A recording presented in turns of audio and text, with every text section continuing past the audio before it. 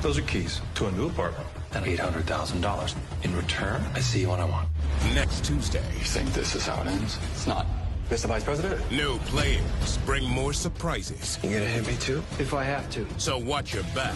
Just do what I tell you to do. Because attacks can come. One of my employees is missing. There's shell casings on the floor. Look, how the hell did he get in here? From all sides. I want you to help get the president out of office. Tyler Perry's. All right, Oval fans, you just saw the promo for next week's episode, Season 3, Episode 8, entitled One Rule, airing the last day of the month, November 30th. So before going further in the video, which will break down both the promo you just saw as well as the end credit trailer at the end of this week's episode, make sure you hit the thumbs up button to show you like the video.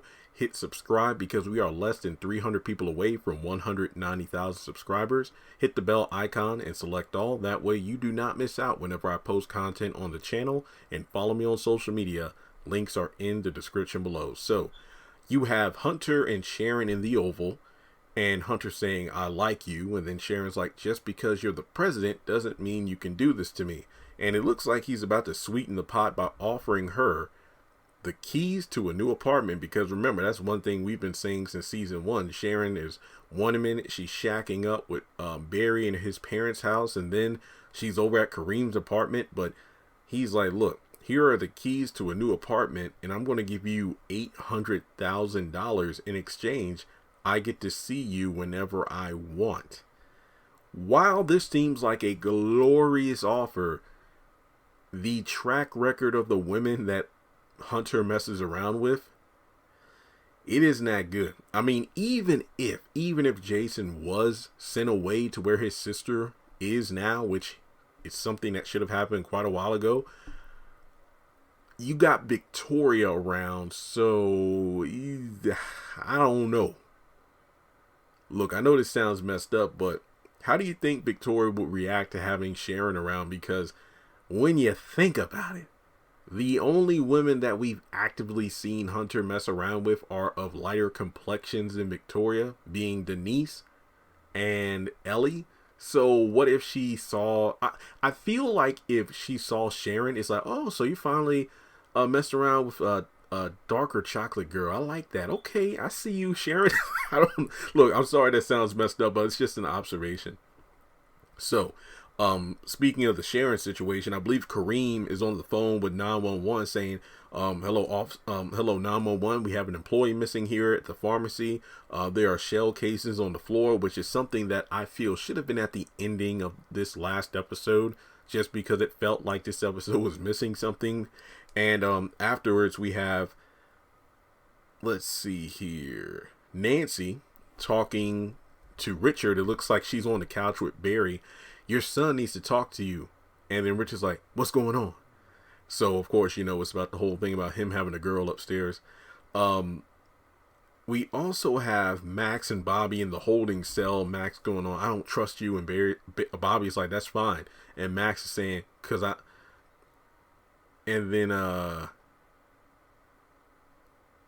don't trust you. I don't know. It's just I don't like what they're doing with Max. This feels weird that you're making him to be the overly paranoid one like this. I mean, he was always paranoid, but rightfully so. This just seems like if he had been locked up for days and there's actually confirmation that Kyle took his son, then I could understand him being on the edge. But this just seems weird. But we got the vice president with his Barack Obama looking self coming up in there saying, I need your help about getting the president out of office. I'm like, oh snap, this is great. Seriously, something to finally ramp things up around here. In the car, after, you know, Grip did his thing to beating up Alan, he's like, hey, just do what she's telling you to do, in reference to Victoria. And Alan's like, okay.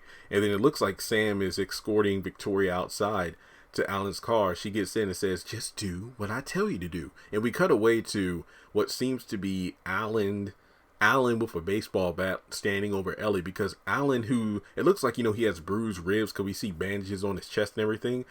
You know you're in danger, right? In reference to Ellie. And she's like, if you're going to do something to me, Alan, just do it, but don't threaten me.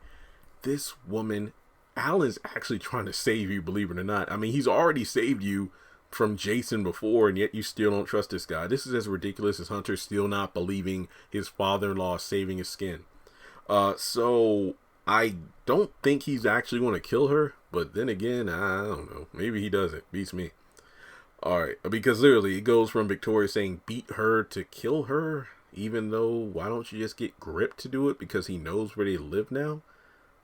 Okay, so Grip is actually taking a moment to speak with Alonzo, so it's interesting, like, is he really Secret Service or just a hitman? I don't know, but he's talking with Alonzo. He's like, he's just a kid, and then Alonzo's like, he's a monster, in reference to Jason. So later in the other preview, you got Grip who's exchanging positions with Alonzo, and Jason's like, you're going to hit me too if I have to.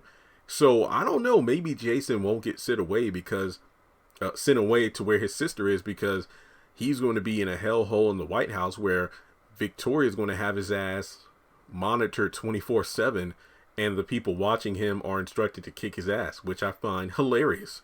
So you have Kyle and Donald. They're looking at some security footage, and remember, Donald said, give me clearance on or give me surveillance footage and intel on, I forgot the name. Actually, let me check my notes here. The false name that Bobby had, Byron Charles. Hey, Alec, give me all the surveillance on Byron Charles. So it looks like Kyle and Donald see Bobby walking around the White House. They're like, wait, how did he get in? So it looks like back at Donald's place, him and Lily have a scene where she kisses him, and he's all serious, and he even says, I'm tired of your lies and bullshit.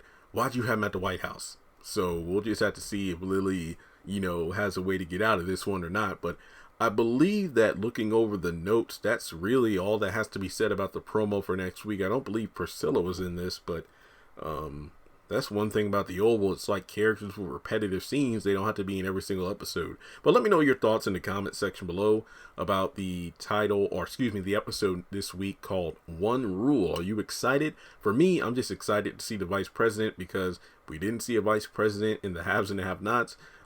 It's been 3.5 seasons, it's been almost 2.5 seasons of the Oval, and we're just now meeting the vice president. So this should be pretty cool. But let me know your thoughts below. Like I mentioned before, like and subscribe. And if you would like to donate to the channel, feel free to do so on PayPal or Cash App.